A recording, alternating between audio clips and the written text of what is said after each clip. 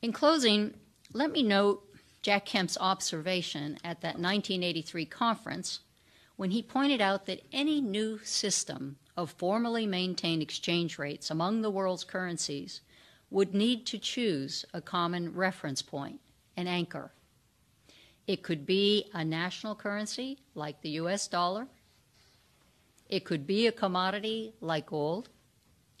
Or it could be a supranational invention like the IMF special drawing right, the SDR. Bob Mundell gave his own view.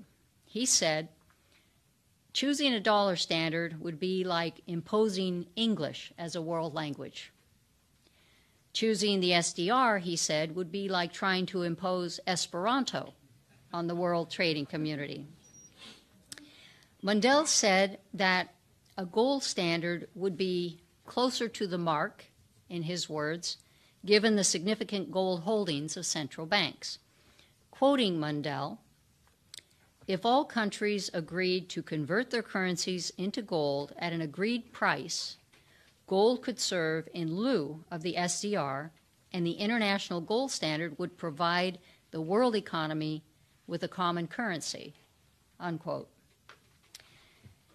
Let me just say that I believe U.S. leadership can and should play a strong role in helping to build a new, stable international monetary system to serve an open global marketplace dedicated to free trade and genuine competition.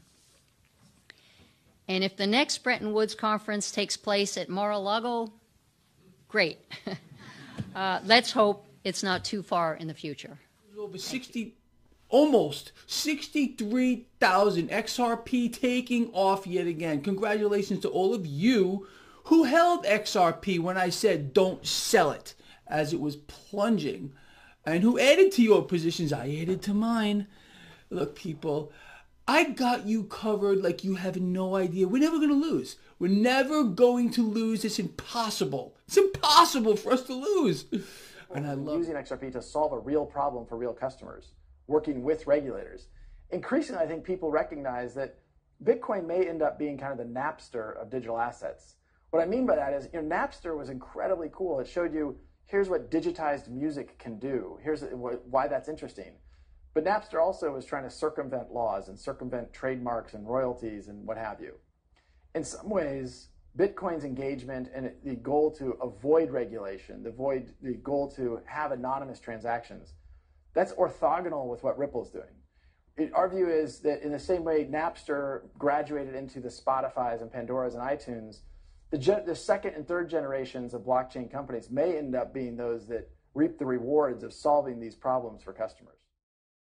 But I think what'll happen are the strong and the really good enterprises that want to be here in the United States and want to take advantage of the depth and liquidity of our markets are going to find that there are benefits to doing it the right way. And when they do that, they will be the gold standard of operations in this area. So I think over time, as things develop, we're hoping that we're encouraging the best of the best to stay in the United States. But we're hoping we're being flexible enough that we're not driving good folks offshore too. Bitcoin is only valuable because it's valuable. It has no technological advantage. It's actually the least advanced of all the cryptocurrencies, the least feature risk. There's no reason for it other than the fact that it exists. And if the value plummets, no one will mine it, and then you lose all your security. So the minute that it gets flipped by another cryptocurrency, unless they can find a way to actually innovate again, Bitcoin will... I've been waiting a little bit to send you this video. Actually, it's not been that long. It's been less than 3 months.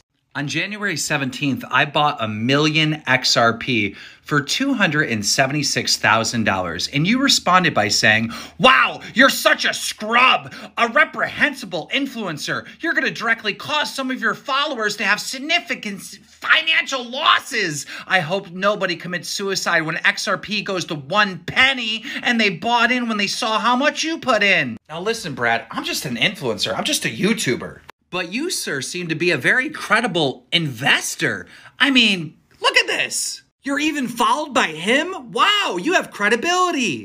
Brad, The million XRP that I bought for $276,000 is now worth $2 million in under 3 months.